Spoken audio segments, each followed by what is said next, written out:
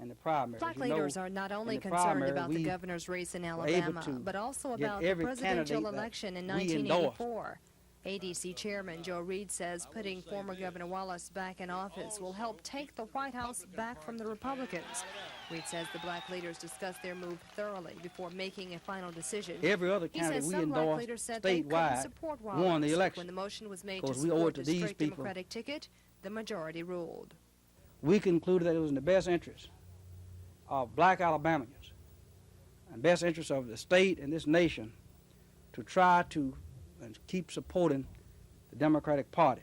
Now, ADC leaders who will be encouraging blacks to vote the straight Democratic ticket will also be anxious to see what Wallace will do for blacks. Reed says the burden of proof will be left on Wallace. Mr. Reed called Wallace's opponent a strong disciple of Ronald Reagan and says Fulmer is insensitive to the needs of blacks, the working people, and education. Reed says Alabama can't afford to have a Republican in the chief executive seat. The Republican had a decent candidate, you may have second thoughts. But the person the Republicans put up, good God, perish the thought to think about what the state would be like. Kim Davis, WSFA TV News. 10 times. They were all watching the Braves' Joe Torre, the Cardinals' Whitey Herzog, and the wife. Watching the game's best fireman collect his 37th save and put the St. Louis Cardinals in the 1982 World Series. 3 straight wins over the Braves, and it wasn't even close. Well, the big key to the game was, when we got to 4 runs. That enabled, Joaquin to go out there, and, Joaquin's going to throw strikes, and, Whitey knows that if Joaquin gets in a little bit of trouble, we got the bullpen. We were all strong down the bullpen, and, we'll see what happens. There's a lot of situations in this playoff where one hit would have kind of slid the momentum on their side and maybe turned things around. Every time it seemed like they'd hit the ball hard and it'd go right at somebody, and we'd turn a double play and get ourselves out of the trouble. I think you look back on the series, they hit a lot of balls hard, but we pitched them the way we wanted to, and therefore we was able to defense them. When you pitch people the way you want to, basically you can get them kind of hit the ball to those spots, and that's pretty much what happened. For the Atlanta Braves, well, it's over in 1982. Now is the time for goodbyes and promises of next year. Next year. Maybe next year.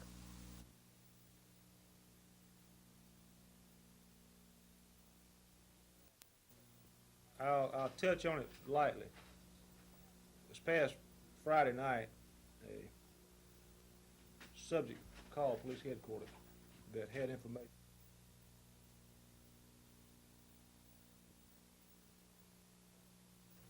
This past Friday night, a subject called police headquarters that had information about this. And some names were given to the investigators, and at that time the investigation begun. Certain items of evidence located at the crime scene were able to be traced to these 3 suspects.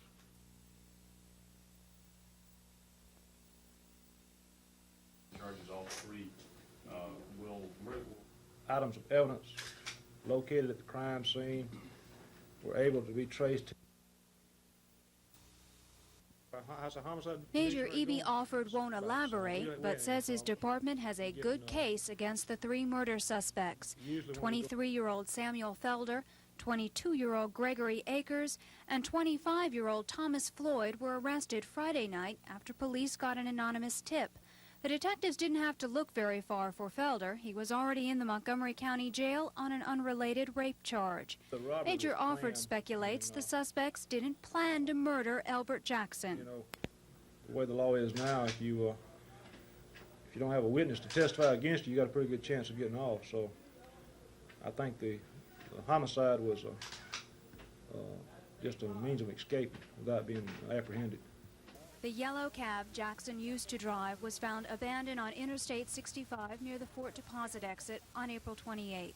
The 47-year-old man's body was discovered some 40 miles away the next day. Major Alford says Jackson was strangled, beaten, and his body run over by a car. The taxi driver was one of the unsolved homicides we've had this year, and now we only have one more that's unsolved. And of course, that was the baby that was abandoned in the city landfill. To date, there have been 19 murders in the city of Montgomery in 1982. Susan Silvernail, WSFA TV News.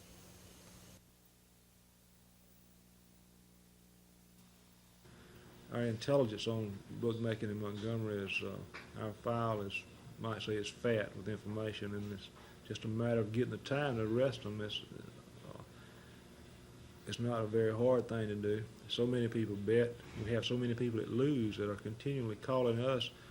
It seems like when someone gets in debt with a bookie and they're threatened by the bookie, they do. Some of them now begin to come to us and in a confidential way and giving us information that's valuable information.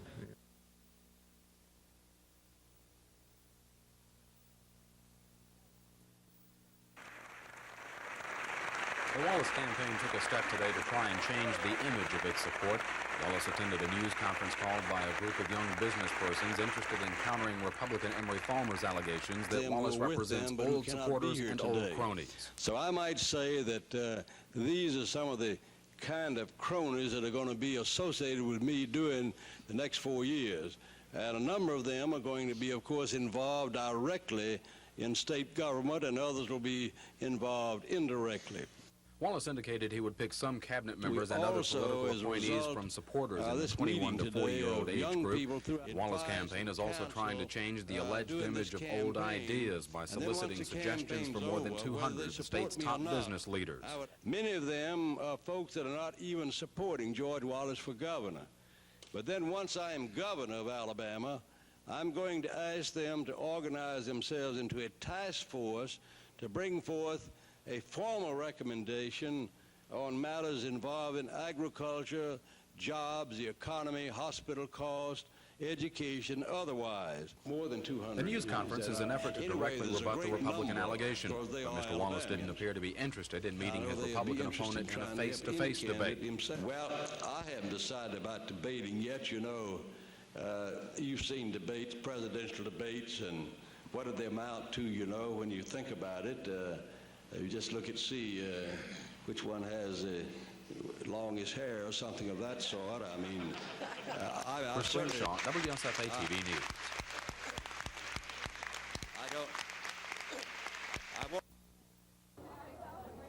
The South has its own rich heritage in art, architecture, and philosophy.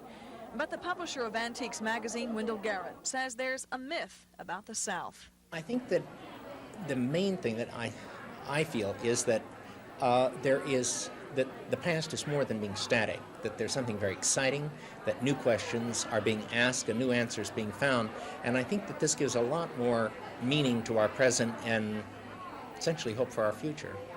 During this forum, the Southern mystique is being discussed, all the way from Southern dandies relaxing on the veranda sipping mint juleps to craftsmanship in early furnishings.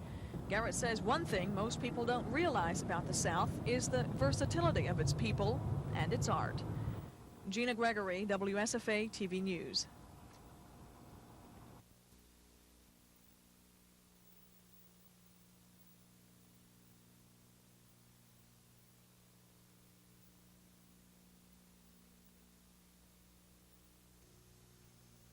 Subject, call police headquarters.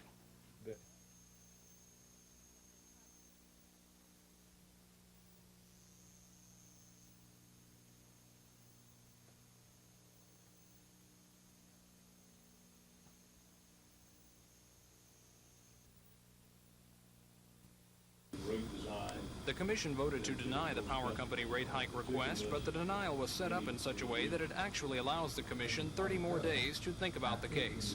The commission delayed action on the case because of recent fluctuations in the economy. Changes the commission says could have a big impact on any decision made at this time. The commissioners asked that none of the parties involved appeal the decision for 1 month. That means the commission can change the zero increase granted today. In the meantime, the power company and others involved in the case will continue trying to come up with some amount the commission will agree to. Another provision of the commissioner's decision is that the needs of senior citizens be taken into account in any negotiations. So it would be entirely inappropriate, in my opinion, for this commission to adopt rates based on the higher interest rate level, since that affects the electric rates in the state of Alabama and for Alabama Power Company to a great degree, without giving consideration to that drop in the market conditions. But I can say that generally speaking, we feel like that we presented and documented good evidence for the amount that we asked for in the case. And of course, we have always been willing to enter into negotiations at the request. Power company officials say it's too early to comment on the commission decision. Tom Foreman, WSFA TV News. We knew that Kentucky played their best defense on the goal line, and they bent a whole lot, and they never did break when we got down there close. And we made some mistakes. We had a couple penalties down there, and I had a few breakdowns and some reads. But we feel like we can get the ball in the end zone. We did it the first 3 games of the year, and of course Nebraska shut us down the second half of that game. But I'm sure we'll work real hard this week on the goal line offense and try to put together some kind of attack to get it in there. We haven't executed as well as I would like for us to have, but you know, when kids start missing practice and work on the practice field, and of course we haven't had the same lineup in the ball games at the same time, and you know, it's just hard to have a polished offensive football team on the field. 5-2. Missing.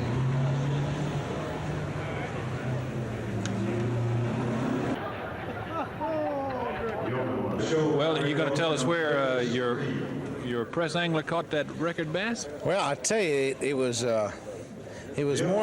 more than 10 miles from here, but I'd rather not say which direction. Okay. But we had caught a few fish in the area, not too many, and I was about ready to leave because I told him, I said, I think I ought to get out of here because whatever fish are left, I'd rather save for the tournament. So we were contemplating leaving, see, and I really should have left. I know the $500, I win $500, so I don't know if I could have caught the fish in 2 days, but theoretically, you know, I maybe could have, you know. That's right. And so by having him catch that fish, I don't know if that hurt me or helped me. Did you accomplish anything to build your confidence today? Well, I caught a few more fish than I'd been catching last year, and I found a couple areas that I think have, at least they're active. I guess there were fish in there last year as well, but at least today they bit better.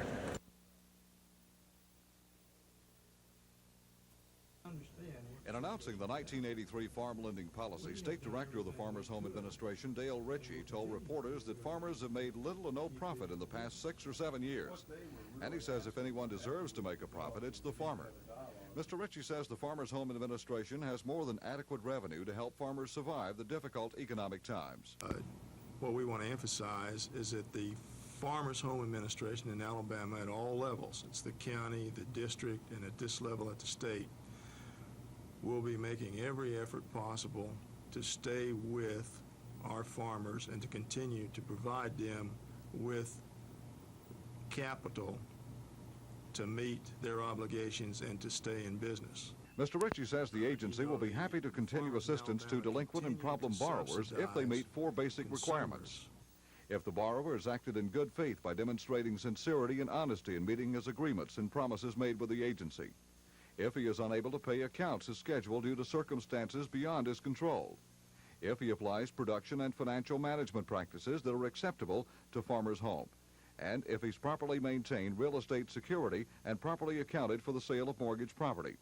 Mr. Ritchie says his agency will be happy to answer any questions from interested farmers. But we can't hold him Matt Carmack, responsible for WSFA TV News. The farmer can't be responsible for embargoes placed on him. Republican accusations that Mr. Wallace represents old times and old cronies prompted the news conference called by a group of young business persons, and Wallace capitalized on the opportunity. These are some of the kind of cronies that are going to be associated with me during the next 4 years. And a number of them are going to be, of course, involved directly in state government, and others will be involved indirectly. And today, of course, we also, as a result of this meeting today, I was introduced at that Jefferson Jackson dinner by Senator John Glenn, which income people have a greater problem than higher income people, of course. Well, I've always been able to handle things myself pretty well. The other area is a proposed face-to-face debate with the Republican gubernatorial nominee. The League of Women Voters are having this, and they should be congratulated upon an attempt to do so, and I may myself join the debate. But I haven't decided yet because I know what I've seen in presidential debates where nothing much comes out of it. Wallace's campaign will keep him I in know his they'll be headquarters tomorrow interested before to several give us trips their to North sincere Alabama later in the week, advice which will and include a Huntsville dinner with Ohio doing this Democratic Senator campaign. John Glenn. And then once the Chris campaign Grimshaw, is over, WSFA whether they TV support me News. or not, I would ask them. There's a certain nostalgia in the past. You can see evidence of it in Montgomery and Cottage Hills, where restoration of many old houses is underway. But many myths about the South and its tradition just aren't true, according to historical buffs. Well, I think that these myths were created both inside and outside the South in the years before the Civil War. The attacks of the abolitionists were exaggerations and fiction, really. And in response to that, I think then that the South had to react with a view of themselves as being descendants of the Cavaliers and being English country gentlemen. These people are part of an arts forum meeting in Montgomery, learning about the South's heritage and tradition. Part of the forum's theme is titled From Dog Trot to Columned Mansion. The forum ends on Thursday. Gina Gregory, WSFA TV News. We have a duty to maintain an agricultural infrastructure in the state of Alabama, since the vast majority of the income and the capital developed in this state comes from the agricultural sector. It's number one. Number two is, of course, silviculture operations through our vast forest, and the farmers own most of that forest land out there also. So that's where we're here today to tell people they don't have anything to fear from Farmers Home Administration. Farmers Home Administration for 40 years has been a friend of the farmer, and want to continue in that vein, work together to work our way out of this situation.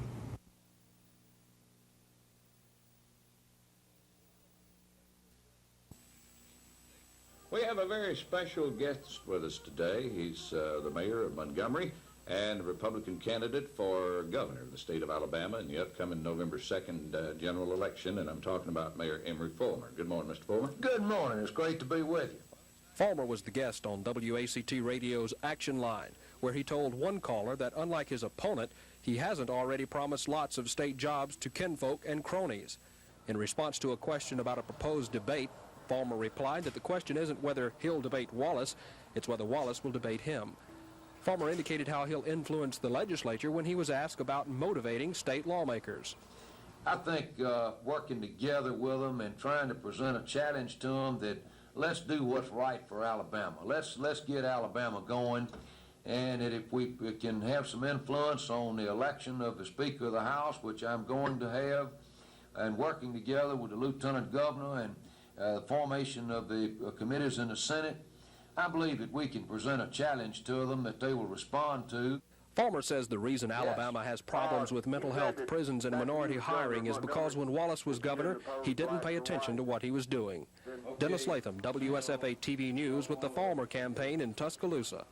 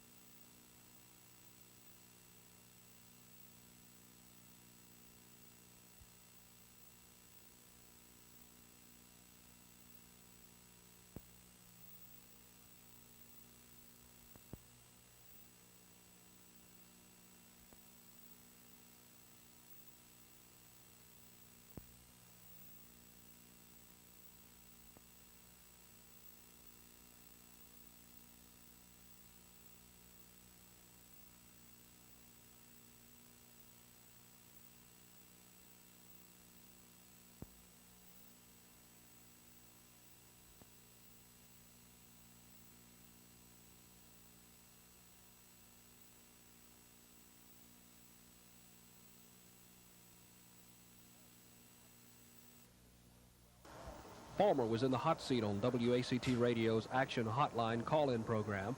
He told listeners that the reason Alabama is in the mess it's in with prisons, mental health, and minority hiring is because when Wallace was governor, he didn't pay attention to what he was doing. Palmer also says if elected, he'll work to influence the selection of the Speaker of the House. After some private meetings, Palmer showed up at the B.F. Goodrich tire plant in Tuscaloosa to shake hands and talk. One of the workers asked Palmer about his stand on the repeal of Alabama's right-to-work law. If we get the agency shot bill passed in the House and the Senate, then it's going to be up to you to sign it or not to sign it. Would you sign it? I'll veto it. Veto it, okay. That's right. Okay.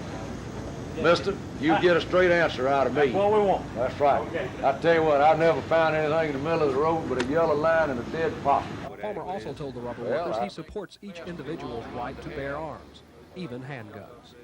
The Tuscaloosa campaign swing ended with the hot dog, apple pie, Emory Farmer rally at this fraternity house on the University of Alabama campus. Palmer sloshed around on a rain-soaked lawn, shaking hands and talking politics with the students. Later in his speech, Palmer told the students that they are the leaders of tomorrow, but they must help make the leadership choices for today. Palmer says in 3 weeks, voters will have to choose between him or an administration of what he calls corruption, cronyism, and inefficiency. Dennis Lathan, WSFA TV News with the Palmer campaign in Tuscaloosa.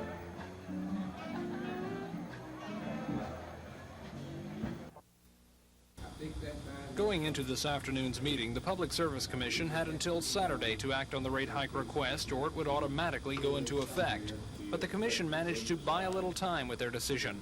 Time to consider all the arguments for and against the proposed rate hike, and time to see how a fluctuating economy might affect any rate decision.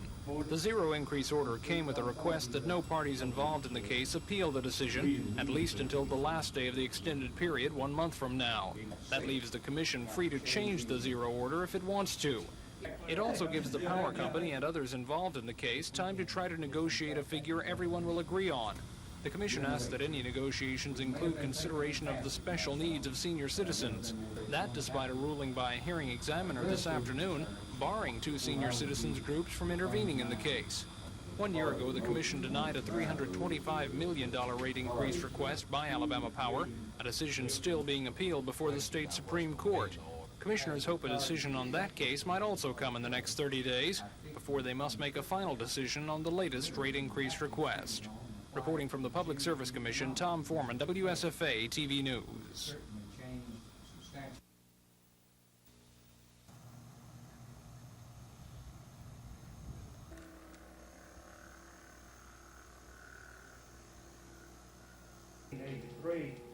Welch's Funeral Home, which is just 2 months from now, that they would come back and the council and the committee. All objections to this rezoning request is being heard.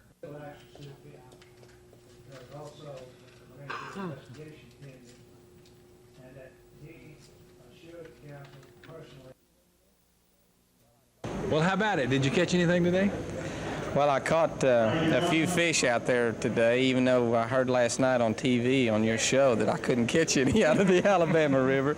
But I tell you what, though, Phil, I saw 22 of your relatives out there today on the bank. My relatives? Your relatives. Who? Turkeys.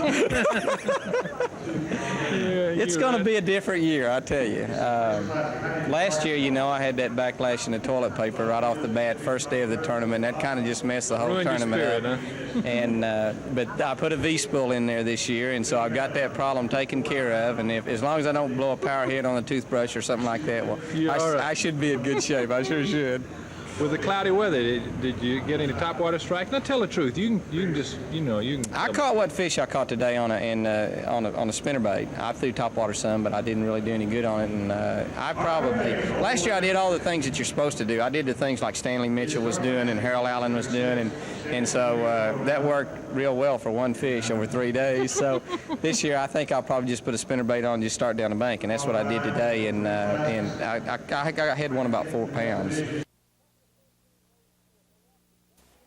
Top of the first inning, no score. Milwaukee's Ben Ogilvy grounds one through Keith Hernandez at first. Robin Yount will score on the play, giving the Brewers a 1-0 lead. That sets up the next batter, Gorman Thomas. Thomas sends one into the hall. Ozzie Smith makes a nice stop on it. However, he bobbles the ball. Cecil Cooper scores. It's 2-0 Milwaukee. Top of the fourth, 2-0 Brewers lead. Paul Molitor with a broken bat single to center field. Charlie Moore coming from third. He scores, making it 3-0. Molitor, however, is out trying to stretch it into a double. In the top of the fifth, leading 3-0, ex-Cardinal Ted Simmons sends Bob Force deep to right. Home run. The Brewers take a 4-0 lead. In the top of the sixth inning, leading 4-0, Milwaukee's Robin Yount bloops one down the right field line. It will fall for a double. Jim Gantner comes around to score, as does Paul Molitor. The Brewers lead 6-0. In the top of the ninth inning, leading 9-0, Brewer third baseman Paul Molitor breaks a World Series record when he registers his 5th hit of the game. Jim Gantner scored on the play, making it 10-0. Starter Mike Caldwell was brilliant for Milwaukee. He goes the distance. He strikes out 3. Pitches a 3-hitter. The Brewers win Game 1, 10-0. I'm Michael Stone for NBC News.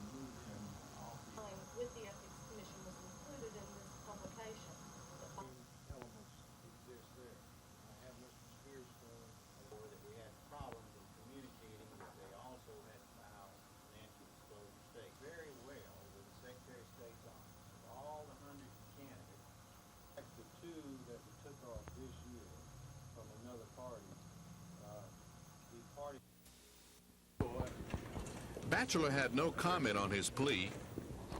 Mr. Batchelor, could you tell us how you plan to defend yourself? We don't comment at this time. Beg pardon? We don't think it's appropriate to comment at this time. Thank you. The hearing took approximately 10 minutes as Judge Robert Varney explained the indictment and the possible punishment if the former Union Bank official is found guilty of the allegations listed in the indictment. In the indictment, Batchelor is accused of issuing loans to customers and converting some of the money to his own personal use. He is also charged with falsifying loan documents, making out loan documents to one person while giving the money to someone else. The charges listed in the indictment allege that Batchelor participated in the misapplication of bank funds beginning in 1980. This is Norman Lumpkin, WSFA TV News reporting.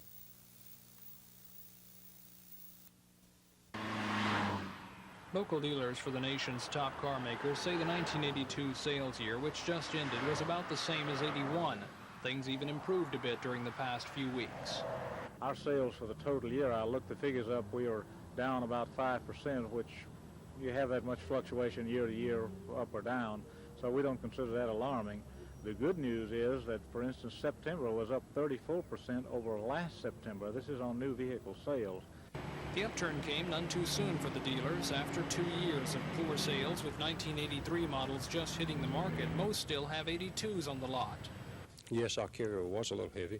That's not all bad. Dealers say they don't have so many 82s that they won't be able to sell them, and consumers can get better deals on 82s now that the 83s are on the market. Alabama's auto-related industries, however, may not be doing so well. The president of this auto parts company says it's living on the bones of competitors. We have grown from last year. I'm worried, needless to say, about our domestic car market. I'm worried that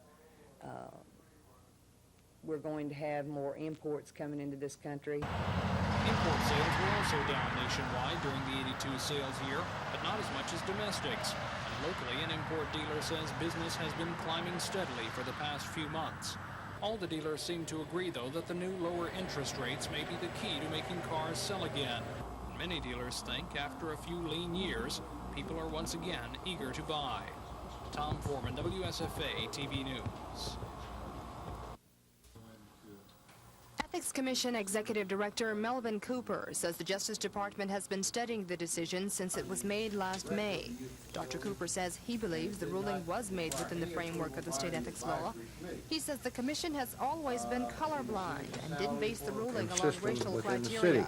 Dr. Cooper says they followed the guideline in the George Wallace dual salary case when the commission ordered the former governor to give up his paycheck as counselor to the governor while serving as the director of rehabilitative services.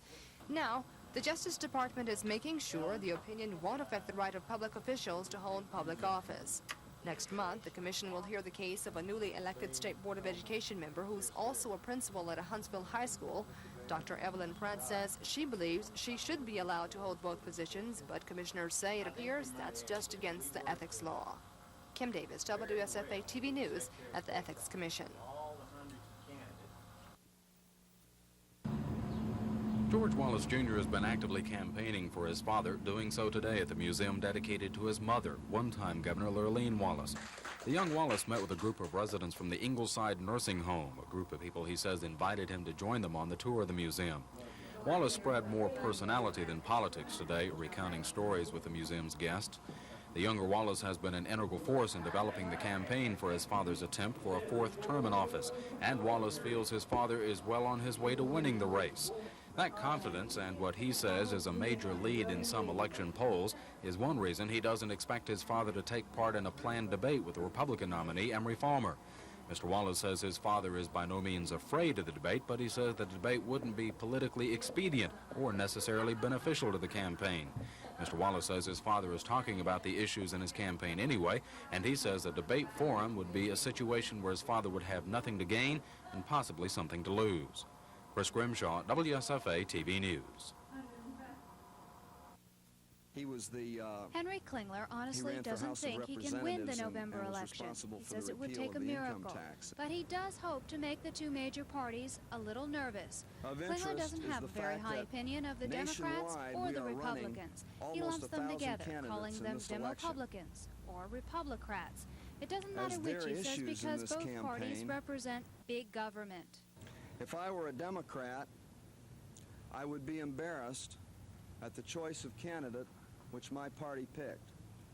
Likewise, I would feel that same embarrassment if I were a Republican in this election.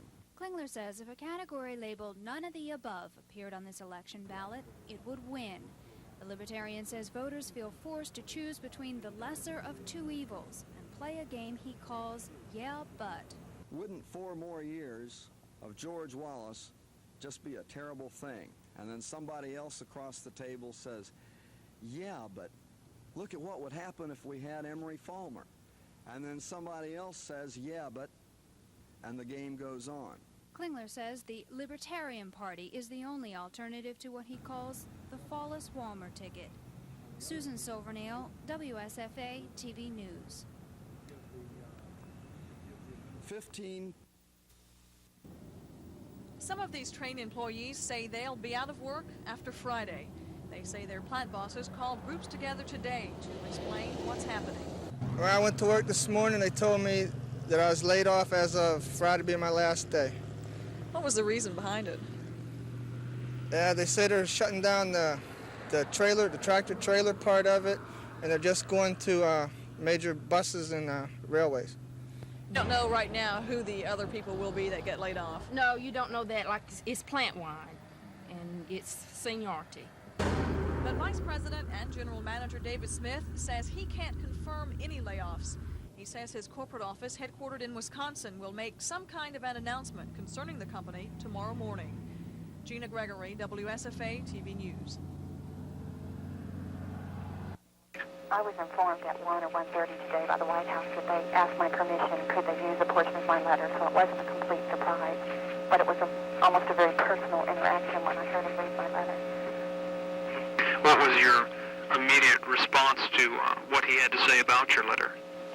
I think I was really touched. I guess you could say I bought the farm, but I really believed that at least the essence of what I had to say made a difference, or my letter wouldn't have been chosen for him to read. When you wrote the letter, did you ever imagine anything like this would come out from it? Positively not. I was surprised to get any response at all, really. Did the president himself call, or was it the White House that called, or? No, I'm sure it was a representative from the White House. Just a representative from the White House, yeah. I don't know what her position was. I never asked her. Yeah. Did his speech tonight and his using your letter, did it change in any way your views of the Reagan administration? No, not really. What has changed my views is that of the media. Yeah. You are, now are you basically for the president in the first place, or were you? Oh, yes, that was in the letter, too. I'm a devout Democrat, but what he didn't read in his attempt to remain nonpartisan was that I supported him and I supported the Reagan administration and the Republican administration. That at the end of the letter, I said, in spite of all that's going on and the kinds of depression that people are feeling, I'm talking economic depression, I, for one, want to say, hang in there, we're behind you, we really believe in what you're doing. That was really the essence of the letter. Okay. I know you got to get to your other call, so I don't want to hold you too long. I want to thank you so much for talking to us, and I hope that we'll be seeing you over here in about an hour. Thank you. Thanks so much. Bye-bye. Alaska. He was the Henry Klingler is running for governor on the House Libertarian ticket. He says he's the first to do so in Alabama. And he also says he's the only gubernatorial candidate talking about the issue that counts, big government. Klingler says his party has pledged to reduce taxes, government spending, and regulation, but the Democrats and Republicans haven't. We're trying desperately to revive the principles upon which this nation was founded. And it's a slow go. A lot of people recognize that those are valid principles. But neither the Republicans nor the Democrats are even coming close to suggesting that we return to the principles upon which we were founded. Klingler doesn't really expect to win the November election, but he says he hopes to attract enough of the vote to be able to influence the next state administration. Klingler says he would use that influence to keep government spending in check. Susan Silvernail, WSFA TV News. Alabamians statewide are looking to... The nation's big three automakers, Ford, General Motors, and Chrysler, say sales for the 1982 sales year dropped nearly 16%, to the lowest level since 1961. Bad news for most of the nation's car dealers. But locally, things weren't so bad. Our sales for the total year, I looked the figures up, we are down about 5%, which you have that much fluctuation year to year, up or down, so we don't consider that alarming. The good news is that, for instance, September was up 34% over last September. This is on new vehicle sales. That upturn is good news for local dealers. With 1983 model cars arriving, most dealers are trying to get rid of 82s. And that's good news for customers who want something with a smaller price tag than the 83s have to offer. Imports have hurt the domestic car market, but this year industry officials say high interest rates hurt more. All the automobile dealers here in Montgomery have experienced the same declines that dealers nationally have experienced.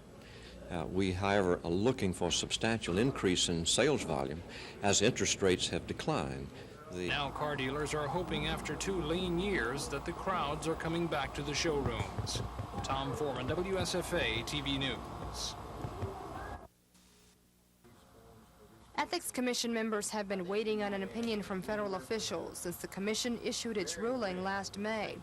That's when the Commission decided legislator educators can't draw 2 salaries.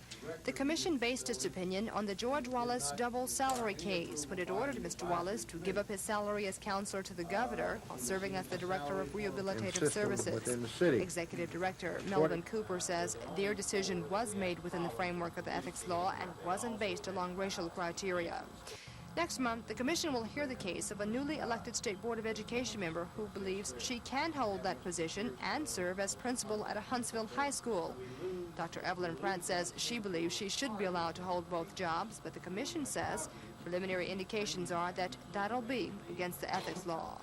Kim Davis, WSFA TV News at the Ethics Commission. Shoppers at the mall in Gadsden seemed surprised but pleased when the Republicans' choice for governor came strolling through. Palmer, on his way to speak to a special meeting of several local civic clubs, didn't pass up the opportunity to shake hands and give out campaign material. Later, Palmer told several hundred club members that leadership is the #1 issue in the campaign. He told them his opponent represents corruption, cronyism, and inefficiency. Palmer advised the audience to look closely at the groups supporting his opponent.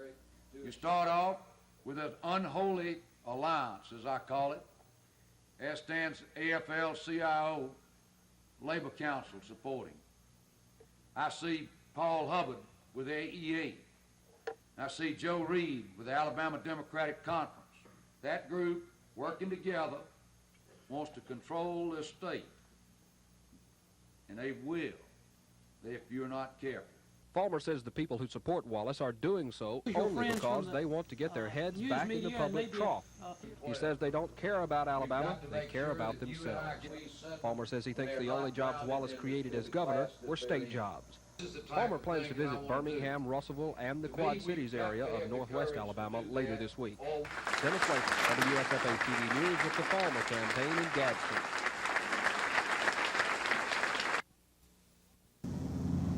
Company officials won't confirm that layoffs are imminent at Train. They say their corporate headquarters in Wisconsin can issue a news release tomorrow. And until then, they can't say anything about the state of the company. But employees at the plant say they've already been told that there will be layoffs. When I went to work this morning, they told me that I was laid off as of Friday being my last day. And I asked the one man in there if I'd be coming back, and it's kind of doubtful, I guess. What are you going to do now? Do you have anything else to go to? Unemployment office. Train Vice President and General Manager David Smith will say that business has been poor in 1982, as it has for other transportation businesses. The Montgomery plant manufactures air conditioners and refrigeration for buses, trucks, and trailers. Gina Gregory, WSFA TV News. Anytime you come off a big win like Alabama did last week over Penn State, it's hard to forget. But Coach Bear Bryant says it's time to forget that win over Penn State and start looking to Tennessee. Our players are so young that they don't remember what a game, the Tennessee game it is. They haven't experienced playing against one of the top Tennessee teams. And I think the people in the state, the students, faculty, whatnot, have forgotten. Because the atmosphere around campus, something used to just be in the air when you play in Tennessee, and I hope it's there this week. But mostly all I've heard is talking about Penn State. Well, Penn State, that's gone. Next Sunday, nothing counts but Saturday. You know, it's always possible when you come off a win like we had last week, but I don't think that we can let that happen because, you know, Tennessee's a big game, and it's hard, really, to not get fired up going into Neyland Stadium because there's so many great fans up there. They have some really good fans, and they get really fired up for the game, and you know they let you know that who they're rooting for. I don't see any problem there. You know, we respect Tennessee because all the speed they have, and with that speed they could beat you on any two plays. And going up to Knoxville, that's just a great football atmosphere playing up there. And if you like to play football, that's a great opportunity for you. More on Alabama versus Tennessee tonight at 10 o'clock. Reporting from Tuscaloosa, Rick Pons, WSFA TV Sports.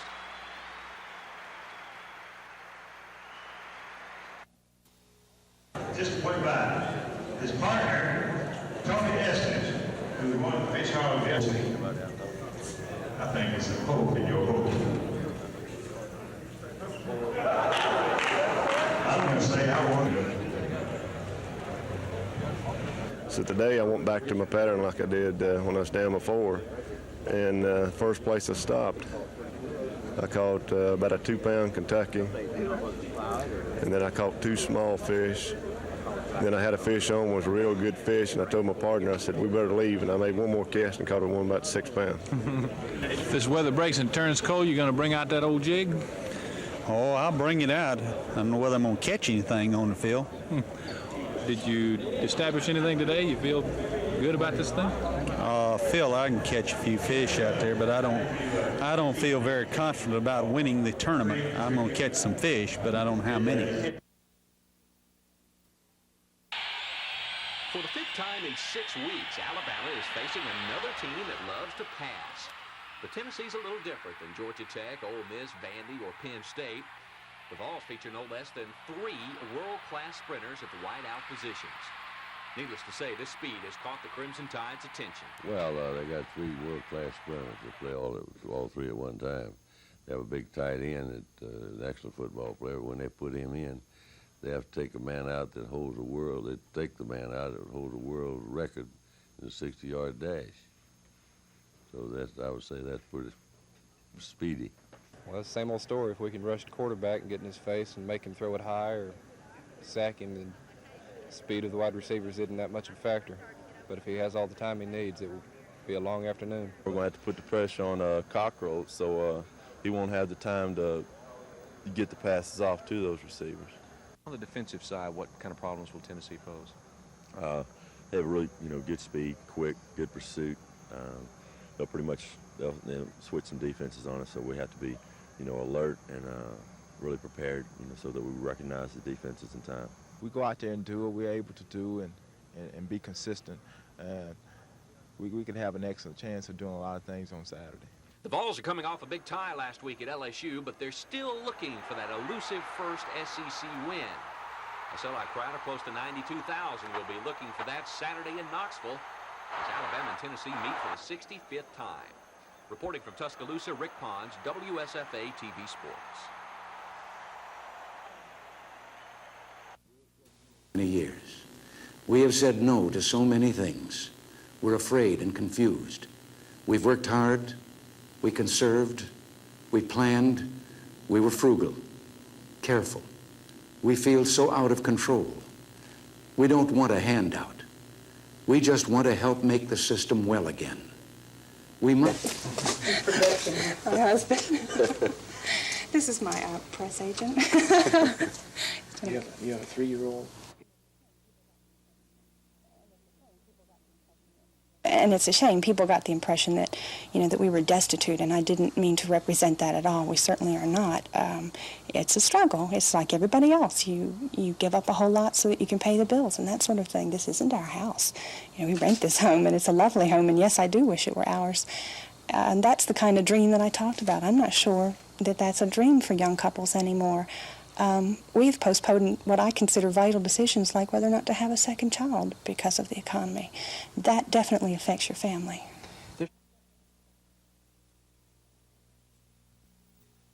Panelists. She called Sue McKinnish last night and just read her the write-up.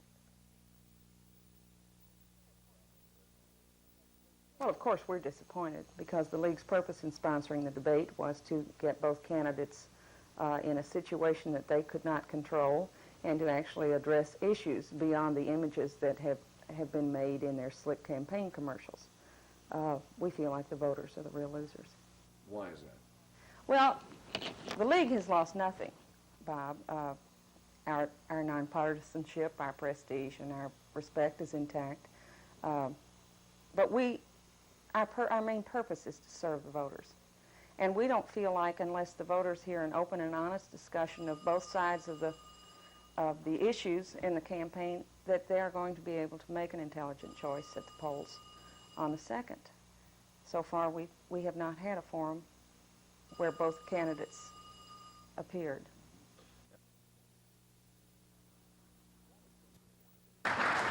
Wallace spoke this morning to the annual meeting of the Associated Industries of Alabama. Wallace has not been overly popular with these industrialists because of his stands for labor, and that history put him on the defensive. For some reason, I feel that some people think about free enterprise, and maybe Wallace is not so strong. I am the strongest free enterprise believer, as strong as anyone running for governor, or has ever run for governor. Wallace made a strong effort to show his support of industry in the past by taking credit for industrial development during his previous administrations, advancing technological research, advancing educational facilities, and having an international rapport with worldwide businesses. But the industrialists were also interested in the governor's position on the right-to-work law. He said it's a dead issue and took no further position. The industrialists were also interested in the proposed gubernatorial candidates' debate. Nothing will come. I'm going to debate the issues. I'm going to talk all over the state. I've been doing it, and debates for those who are running behind. It wasn't until Wallace was leaving the gathering that he specifically said he planned to turn down the invitation to debate. I don't well officially declined, but I'm not going to debate debates for those running behind. You plan to notify him today? You plan to notify him of that today? Oh, yes, we'll notify him. We'll notify him. The industrialists gave the former governor a lukewarm reception, much in contrast with the association's next speaker, Wallace's opponent, Republican gubernatorial nominee Emory Farmer.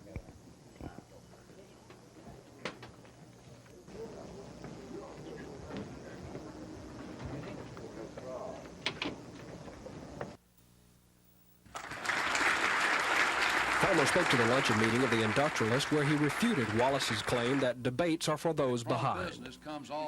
But if he thinks that folks that ought not to debate if they're ahead, he better be getting back in line to do some debating, because the whole thing is coming down to those of us keeping what we've got and making sure we get our share of those undecideds, which have already said that they don't want to be over there on that side. Ladies and gentlemen, it's a horse race. Unlike Wallace, Farmer believes repeal of the right-to-work law is an issue in the campaign. Barney Weeks of the AFL-CIO Council. Do you think he's not interested in the right-to-work law? Think again. Think again. I'll tell you right now it's an issue in this state, and one that I am squarely in favor of keeping our right-to-work law just like it is, and I assure you that should there be any attempt to tamper with it, I will veto it. Farmer says the groups supporting Wallace make up an unholy alliance of those who want to control state government, and he says other Wallace supporters just want to get their heads back in the public trough again. According to Farmer, these are the reasons Alabama has such a negative image in the rest of the nation and the world. He says the election of Emory Farmer will show that Alabamians want to change the image of their state. Dennis Latham, WSFA TV News with the Farmer campaign in Birmingham.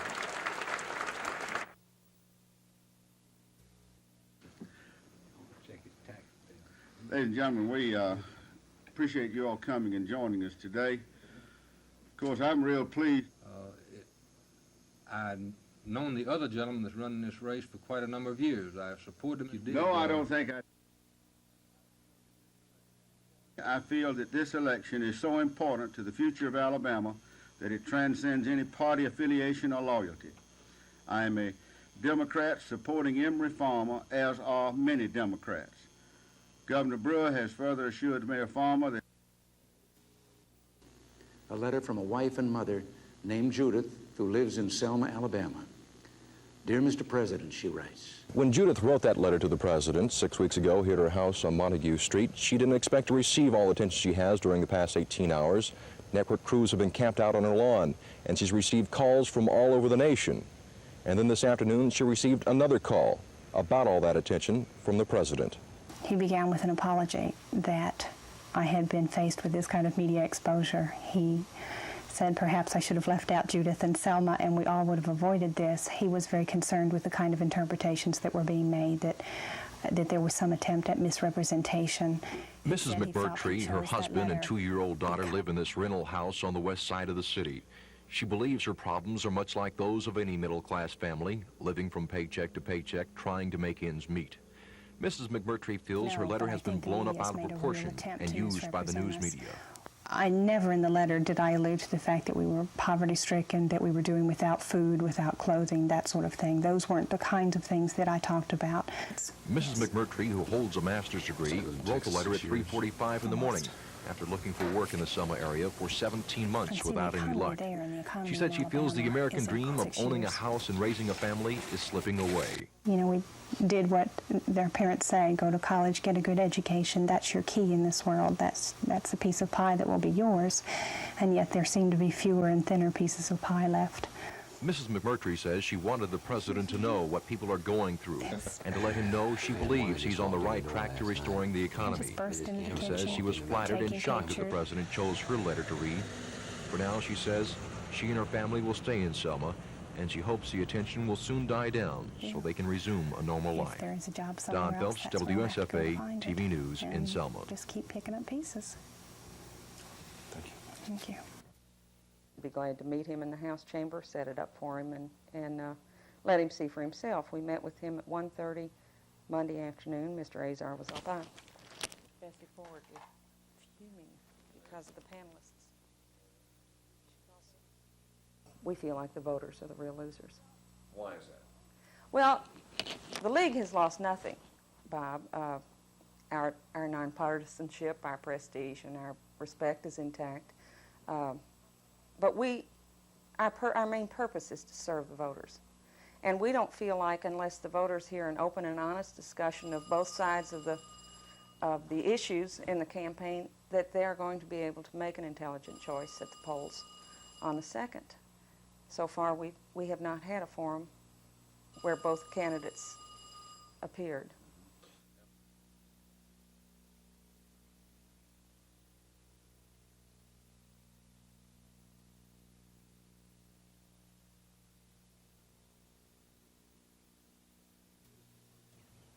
Judith McMurtry lives in this rental house on the west side of Selma with her husband and 2-year-old daughter. Her neighbor, Dot Watson, describes her as intelligent, thoughtful, and compassionate. Before coming to Selma 18 months ago, Miss McMurtry, who holds a master's degree, worked with a hearing impaired.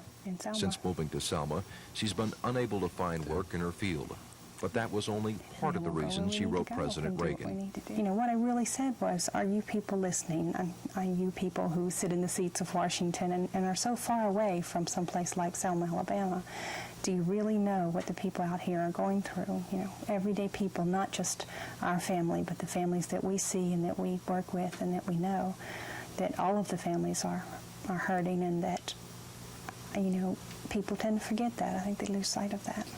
Mrs. McMurtry says she feels used by the news media. She says she never implied in the letter to the president she and her family were living in poverty. Since the letter was read last night, she's received hundreds of calls from news reporters, and network crews camped out in front of her home overnight. Mrs. McMurtry says she felt frustrated when she wrote President Reagan 6 weeks ago. She's afraid the American dream of owning a home and raising a family is slipping away from middle-class Americans.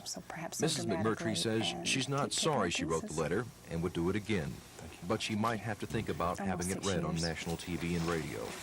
President Reagan called her this afternoon to apologize for the sudden and unexpected attention she received and to thank her for her letter. Mrs. McMurtry says she supports the president and thinks he's making the right steps in getting the economy back on track. Don Phelps, WSFA TV News in Selma. The economy there and the economy in Alabama is incredibly different.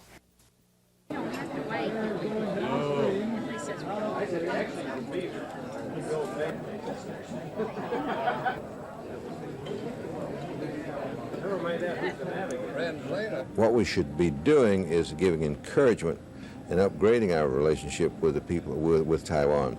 They want to buy weapons from us to protect themselves. I think we should sell them to them. I don't think we should be stingy in that regard, because anything that we've ever sold them have been defensive weapons only, and that's all they're asking. We'll watch at 10 o'clock and see you. I visited the People's Republic of China. There is absolutely no comparison. It was the annual meeting of the Associated Industries of Alabama, a group that has engaged in some political battles with Wallace in the past over labor issues, but the former governor tried hard to win their support. I hope I can maybe impress some of you today that you want to support George Wallace for governor in 1982. He even pulled out what he said was a recent poll showing him in the lead. He never said how much of a lead, but he listed those he said were backing him, a list that doesn't include the people he was addressing. Likely to vote. Blacks and low-income whites, residents of northern central Alabama, rural and small-town voters, women and those affiliated with labor. So he listed what he calls some of his accomplishments that would prove he was not anti-free enterprise. Accomplishments including the so-called Wallace-Cater Industrial Tax Exemption Bill, interstates, which he says opened the state to trade and development, a junior and technical college program he says educated many of the people now running Alabama businesses, and international recognition he says makes him the only man who can personally contact potential Alabama industries. The governor, sensing an air of tension, even encouraged the industrialist to believe that he had an open mind and would keep an open-door policy if elected. A man could come in to see me whether he was the richest or the poorest, whether he belonged to labor or non-labor, or whether he was a businessman or a coal miner. But the group didn't appear pleased with his non-committal stand on the repeal of the right-to-work law. He says the right-to-work law is a dead issue. Chris Grimshaw, WSFA TV News with the Wallace campaign in Birmingham. But I found that it really does mean much in government that people feel they. Hi, Joe. Nice to see you. Before he spoke to state industrial leaders, Falmer made a stop by Birmingham Southern College to have a talk with some students. He told them that he hopes they're preparing themselves for leadership positions in the future. Falmer also talked about increasing research efforts at Alabama's colleges and universities. One student asked Falmer how he planned to do it. I know what I'm going to do, and I'm going to propose that each year we put some money in line items to start the research of certain things, start the funding, the ability to do some research. Now, it's going to take everybody standing tall to keep it in there, because a legislature that is owned and operated by the AEA is going to want to take the money and do something else with it. In college, Falmer was a member of the Sigma Alpha Epsilon fraternity. The Birmingham Southern chapter took the opportunity to give him this gift. Thank you, fellas. I appreciate it. Later in a speech to the Associated Industries of Alabama, Falmer said recent polls show him several percentage points behind his opponent George Wallace. But Falmer says there's still lots of voters who haven't made up their minds. He says he believes many of these people will decide to vote for him. Falmer says despite what Wallace says, the repeal of Alabama's right-to-work law is an issue in Alabama, and as governor, he'd veto any attempts to tamper with the current law. Dennis Latham, WSFA TV News with the Falmer campaign in Birmingham. Coming and joining us today. Of course, I'm real pleased. I've known the other gentleman that's running this race for quite a number of years. I've supported him. No, I don't think this election is so important to the future of Alabama. Well, she sold that, and she did that for me. Please do. I'd like to know if she sells any of that work, because I'd love to have a piece. Oh, It's so I'm sure she would do you one. And if she hadn't, it might take her a month or two to get it done. But y'all have any questions you want to ask? He's so pretty. Man, he's so pretty. Susan is all the time going to these. The first day of the Bassmasters netted somewhat of a surprise as 42-year-old Billy Noah of Thomasville, North Carolina grabbed the lead.